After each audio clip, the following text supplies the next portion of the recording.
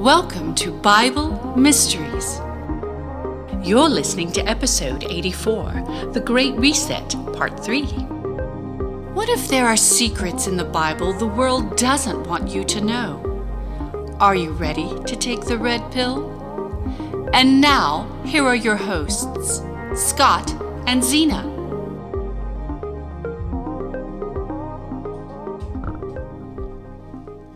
Hello, welcome once again to Bible Mysteries Podcast, the program that shows you the secrets, the program that shows you the secrets in the Bible the world doesn't want you to know. I'm Scott Mitchell. I'm here with Zena, and are you ready to swallow the red pill? I am ready. I don't know about you, but I'm ready. If I can manage to get the words out today, that would be good. It's the pollen. The pollen's really getting to us. You know, it is for me. I'll admit that freely. So we've been talking about the Great Reset. We have. And we didn't quite have enough time to finish last episode, so we're going to try to finish that again.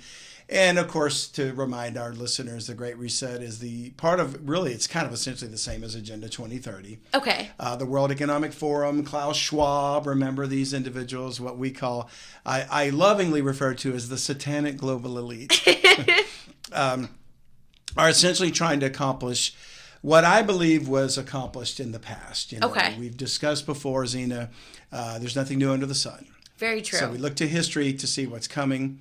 And we touched on the idea that in the times of the giants, the Nephilim, these hybrid angel humans basically took control of the planet. Yes. And enslaved or persecuted or even in some cases may have eaten mankind. Oh my goodness. Yeah, the book of Enoch, we might remember, which although that's not the scriptures, it's certainly historically significant. And we found that the giants, according to Enoch, consumed all the resources of men, and when there weren't any left, they began to consume the men. Oh my goodness. The human beings. So typology maybe plays into that. And because, I was thinking, if you take a corporation, any corporation, okay, their main objective is a capitalist approach to making profit. Yes. They want to make money. They create a product. They want to sell that product. The more product they sell, the more money they make. Yes. The more customers they have, the more products they sell. The more people there are, the more potential customers they have. So you have to ask, why would a corporation or a corporate oligarch want population control, want fewer people? It goes antithetical to making a profit, which is what a corporation exists to do. So I just want to make sure I'm understanding this correctly. Basically, they want less people to have less workers? Well, clearly, if they had, let's say, workers replaced with robotics, okay, they pay less money in wages and health benefits. Yeah, because robots don't need health. They don't need health, right?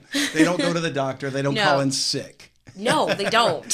So it would make sense, again, that it's back to the profit motive. Paying less wages because of robots, more profits, but you still have to sell those products, and people buy those products.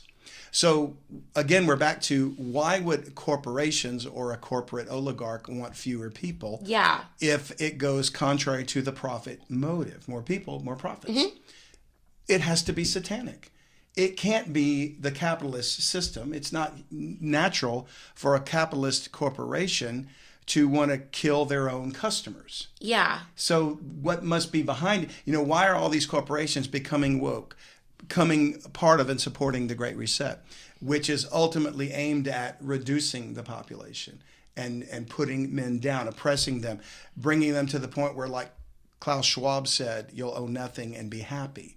Well, then we're no longer consumers. Yeah. I know this is completely off topic, but did you see that the owner of, is it Disneyland, Disney World? Mm-hmm. He regrets going woke. Oh, I didn't see that, but I'm not surprised. He came out on a press conference and was just kind of like, I regret going woke. And I'm like, I wonder why. I didn't read the article. I just saw the top of it. But probably losing customers. Yes, that did have something to say with, was losing some customers. Because I grew up watching Disney, as a kid, and it was very much a family-oriented, kid-oriented thing. Woke isn't necessarily inclusive of the family. Excuse me. It's a little exclusive of the family because it's trying to rule out the nuclear family. Yeah. By that I mean a mother, a father, children. And the door is opening with woke thinking. Yeah. For alternatives that, never mind the scriptural connotation of it, but I'm not saying that if a couple who are of the same sex adopted a child couldn't be excellent parents. Yeah. I'm not going to criticize that. If they're adopting a child who needs to be raised in a home with love and care, that's a good thing. Yes. But if there's an agenda out there by some to try to start teaching 3-year-olds about sex, and they're not even able to process that yet. Yeah. That's borders on something's wrong. That's pedophilia. That's something. So anyway, if that's what Disney is catering to, then I can understand why people would be upset. So would I, if I was a parent, and I am. And then, saying, okay, well, that's enough. I won't go there anymore. Well, they lose sales. Very true.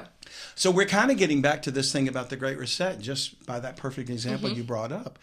Why would corporations that depend on a customer base that has been family focused for decades change that entire paradigm on which the company was structured by Walt Disney and go to something that causes them to lose money unless it's satanic, unless there's some spirit behind what they're doing? Yeah, I guess they want to be like kind of all inclusive. Yeah. But sometimes being all inclusive does mean you're being exclusive. Yeah. So it's just kind of, I see where they're coming from by being woke, but then I also see that like a nuclear family can also be a man and a man and a woman. Like, we're not saying that isn't a thing, because that is the new norm. Like, that's that's going to be out there. But like you said, you don't have to use sex. I get it, sex sells, but sex does not sell when it comes to kids. It really shouldn't be combined at all. And you really kind of hit the nail on the head about whatever the definition of a nuclear family is today. Yeah. It's changed from historical. It's changed from traditional. So are the changes, do we just adapt and each time we do, well, okay, we'll allow that. And finally, it's if the traditional family is now vilified. Well, it's patriarchal. It's wrong to have a father, or whatever, or it's wrong to have a mother. Then you're getting so far away from what God originally ordained. Yeah. Because only a male and a female can conceive. Very true. No matter how many genders you want to try to say there are, there's no way a man can give birth, right? And it takes a female and a male to conceive a child. Yes. So that's part of the original paradigm that God laid out. And if that ever becomes the vilified as the other and the wrong and the alternate, then we're in big trouble. I guess I'll be the other and the wrong. Are you saying because you don't have a child, or I don't have a child, and I prefer the opposite sex. So if that's considered wrong, so what used to be the normal, now we're the bad guys. Now we're the others. I feel like you can just not win in this world. It's like you're here for being all inclusive, but then it's like you get hammered down because you are of like this, and it's like I'm not changing. You're not changing. I'm not changing. Either you take me as I am or you leave.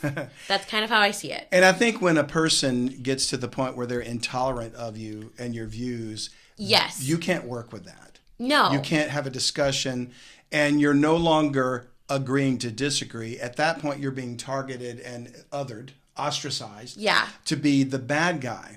Well, to me, again, all this plays into the Great Reset. They're creating the division, they're creating the confusion, they're creating the disarray.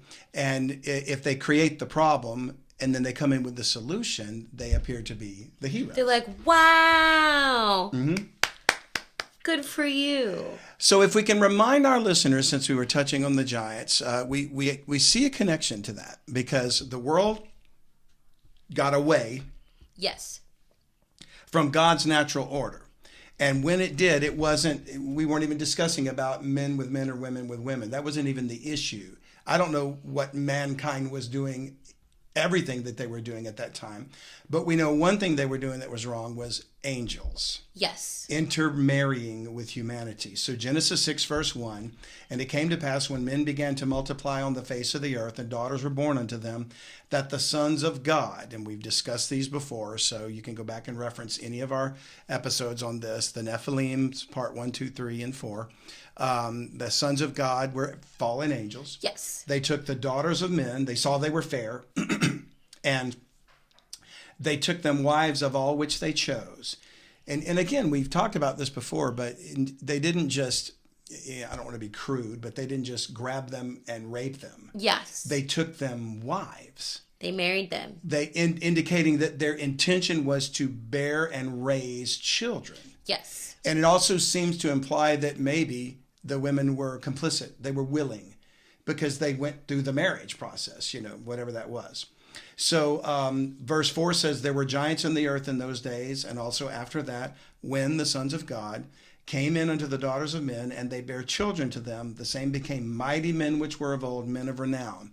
Now these mighty men which were of old, they were giants, but when you think of all the cultures of the world and their ancient mythology, their ancient stories, they all have flood stories. They all have giant stories. And they all have stories of the gods coming down and taking wives. Yes. And bearing children, which we know through certain historical records, and mythology as like Hercules. Yes. Mixing Zeus with whatever his mother's name was, I forget.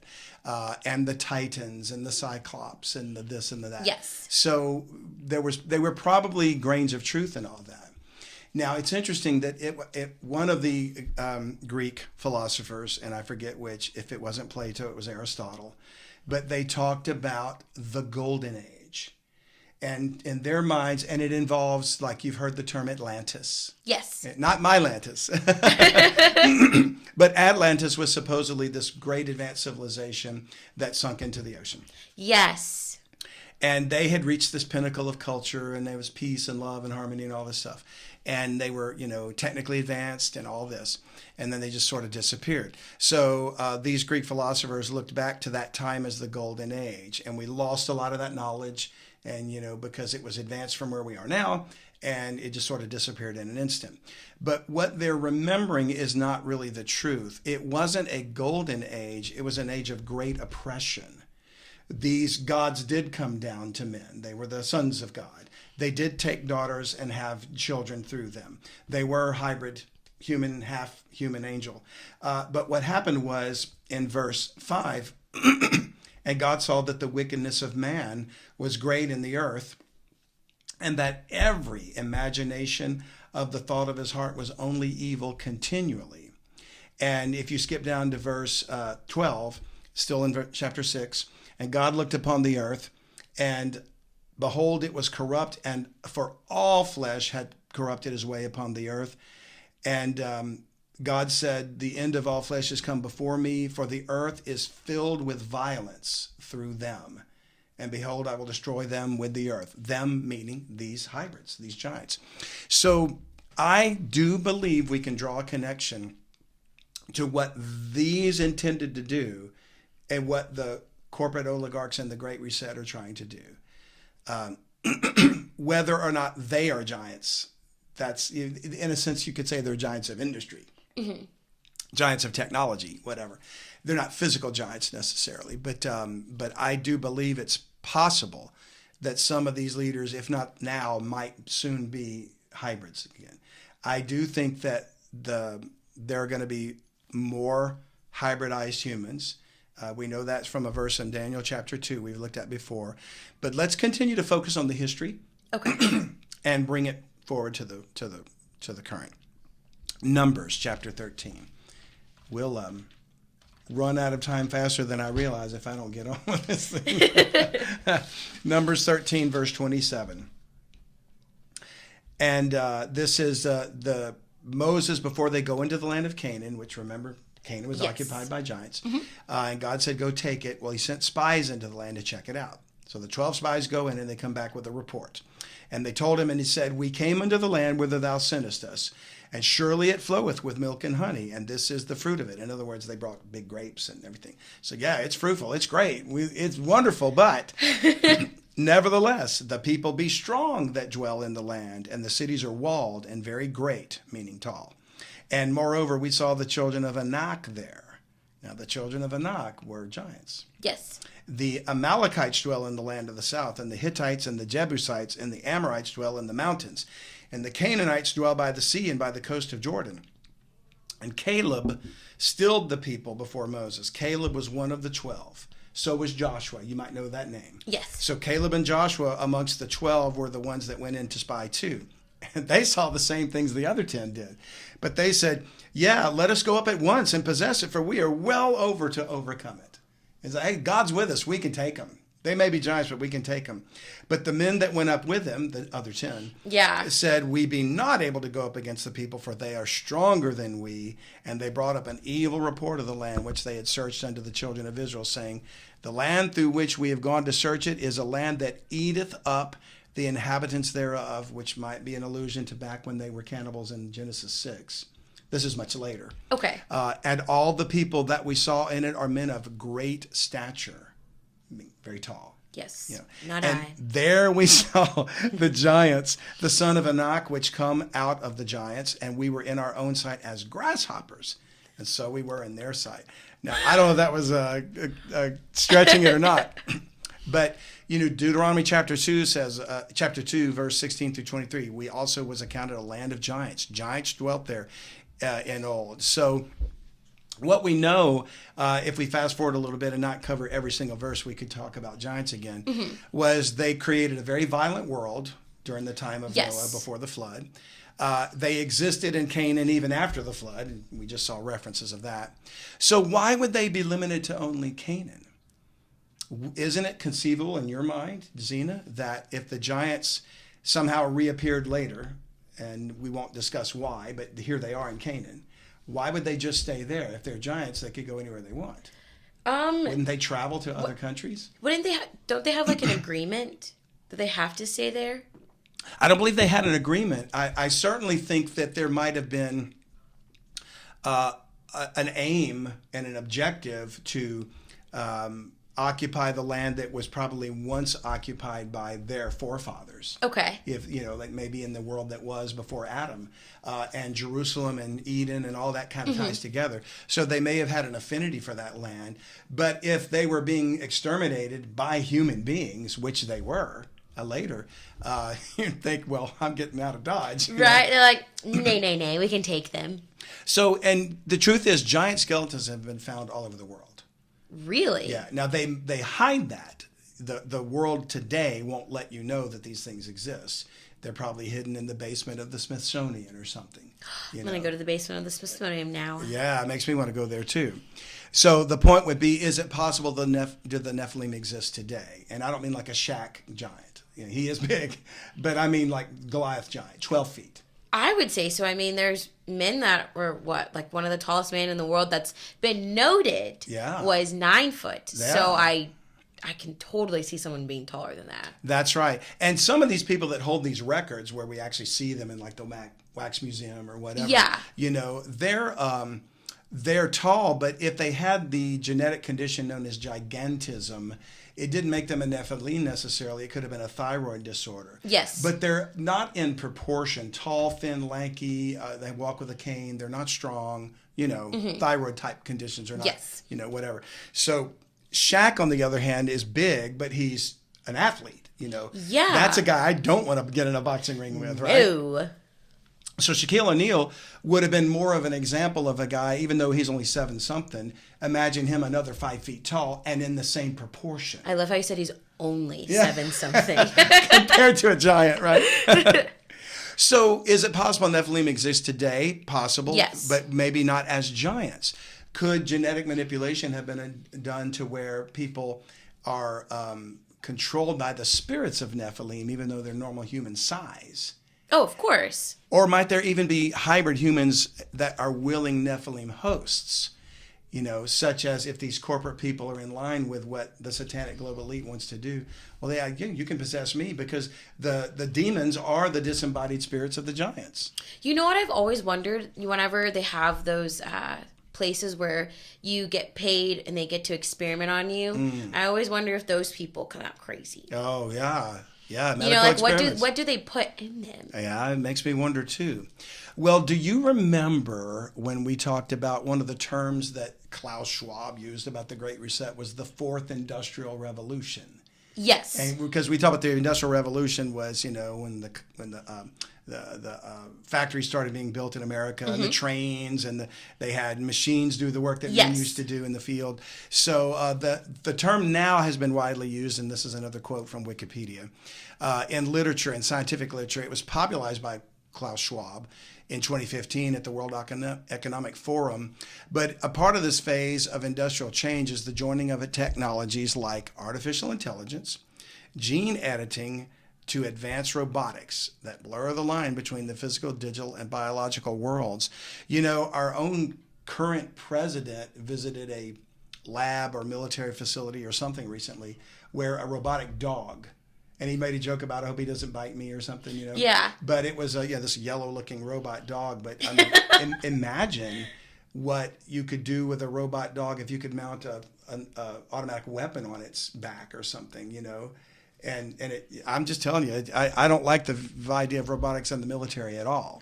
Oh, I was thinking for the police officers, but you know what? Nay, then. No, I'm thinking about turning them on us. No. As we become the others. Yeah. Yeah, well, we got to exterminate these people. So, those three terms of robotics, AI, artificial intelligence, and genetic manipulation seems to be that they're trying to push the agenda of moving humanity's evolutionary process along because they believe in evolution. So they think if we came from fish that turned into lizards, that turned into monkeys, that turned into men, as evolution says, then what's the next phase for man? It's to become a god. Oh, I was going to say an elite athlete. An elite athlete. Well, we have those though. But even more elite. Even more elite. So super soldier. Yeah. Captain America. There we go. That's what I'm looking for. Which really is like Human 2.0, post-humanism, which is part of the whole thing. And how are they going to get there? I mean, we're getting weaker as a species, more disease, more degeneration, So how are we going to get to this evolutionary change? They're going to host a lot of medical experiments. Yes. Just wait. So you're getting right back to your medical experiments. There are laws of physics, and I did not pay attention in school about physics, but I do recall that there were laws called the laws of thermodynamics. And, there are laws like the law of gravity. Yes. It's just a proven thing. And one of those is matter can neither be created nor destroyed. I think that's the first law. Yes. And there's a second law, which is the law of entropy, which means that all systems are moving from a position of order to disorder. Yes. So cells are deteriorating. They're not getting better. Mutations, when they occur, don't improve the species like the X-Men or something. They make us worse. Whoa. So we're degenerating. If anything, we're devolving as a human species. Well, these corporate oligarchs and the satanic global elite, they know this. So it's going to take robotics and AI and genetic manipulation to stop that. Because what are they after? Eternal life. Without God.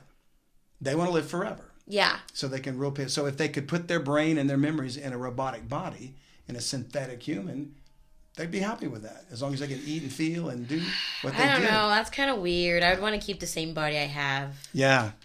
Well, that's where I think it's going to come down to, because we've talked about the Antichrist and the mark of the beast, and is it possible that the mark will be something that changes us from being fully human to being partly human? Mm-hmm. Because this 2.0 thing might incorporate angel DNA. And there's a verse of scripture that points to that in Daniel chapter 2, verse 43. And Daniel's vision of a dream of these pieces, King Nebuchadnezzar's dream, a vision of an image. And Daniel gives the interpretation, and there's a head of gold, a chest of silver, loins of brass, legs of iron, and feet made of iron mixed with clay.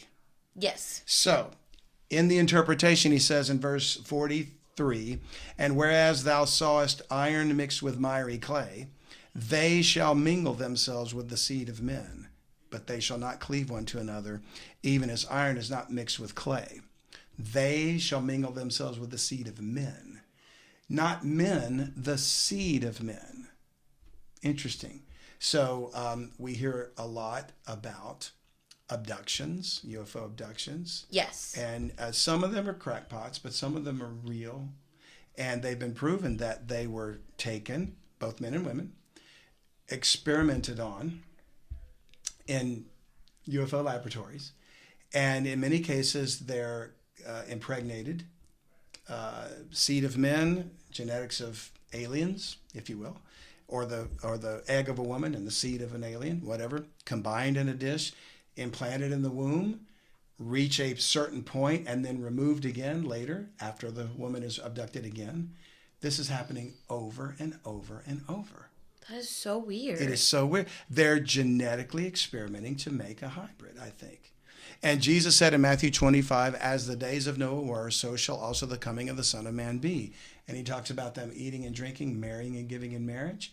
Well, the days of Noah, the only reference to marriage were the sons of God taking wives. Yeah. So it seems to me that we're approaching a time when the satanic global elite in the Great Reset are trying to ostracize those that don't want to conform, and they'll be able to other us and say, you're racist, homophobic, bigoted, whatever. They're going to call us something because you don't fit in to the narrative of we want to move to the next phase.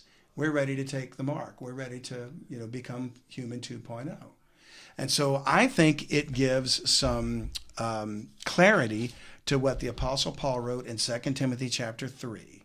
In verse 1, he says, this note also that in the last days perilous times shall come. Well, when have times not been perilous? Man on the earth has pretty much been in a state of constant war. All the time. There's been oppression, there's been slavery, there's been crime, there's been hatred, there's been just violence. Yeah. There's been times of peace, but somewhere there's a war going on.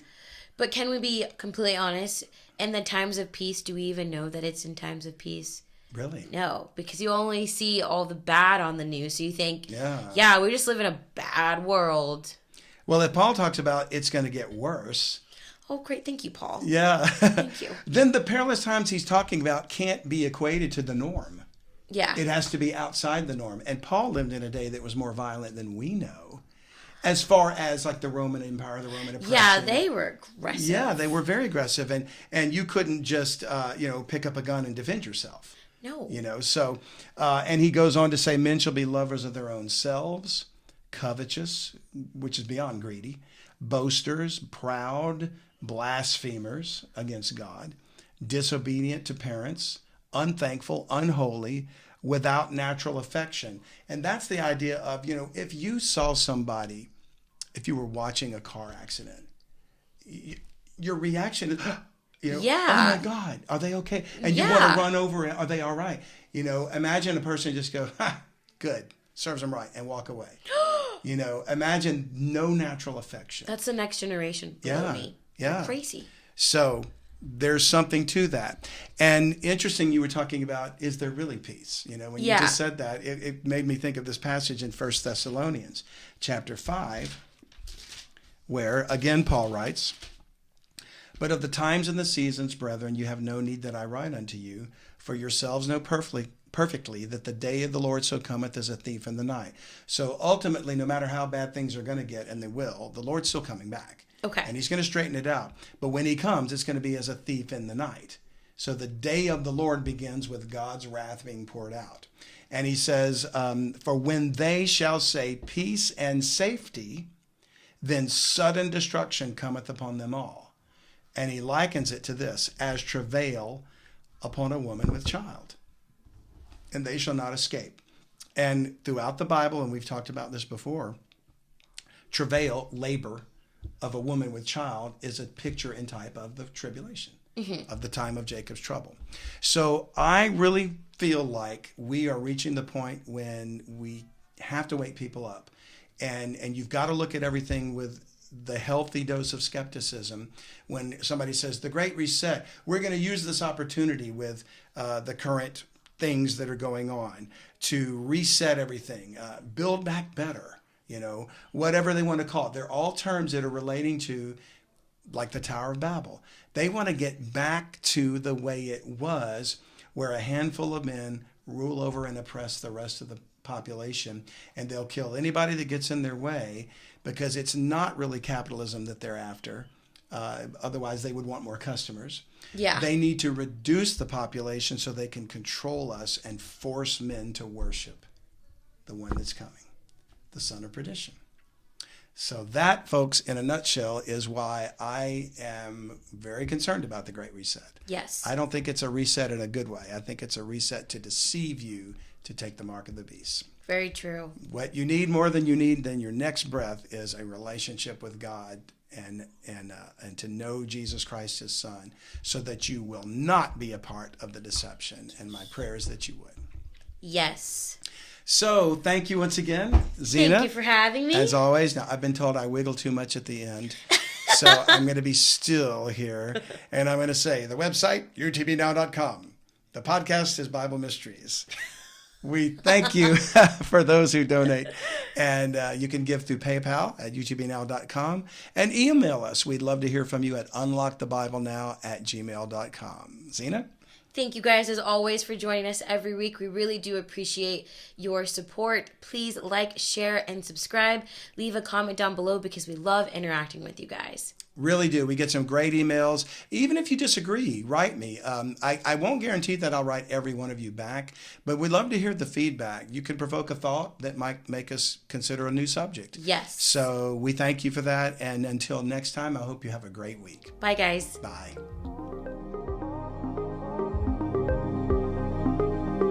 Thank you for listening today. If you like what you heard, please subscribe to Bible Mysteries and share it with a friend. If you want to learn more, you can go to Unlock the Bible Now. That's utbnow.com. Hi, I'm Zena with Bible Mysteries. If you're enjoying the podcast and YouTube videos, please consider making a donation to support us.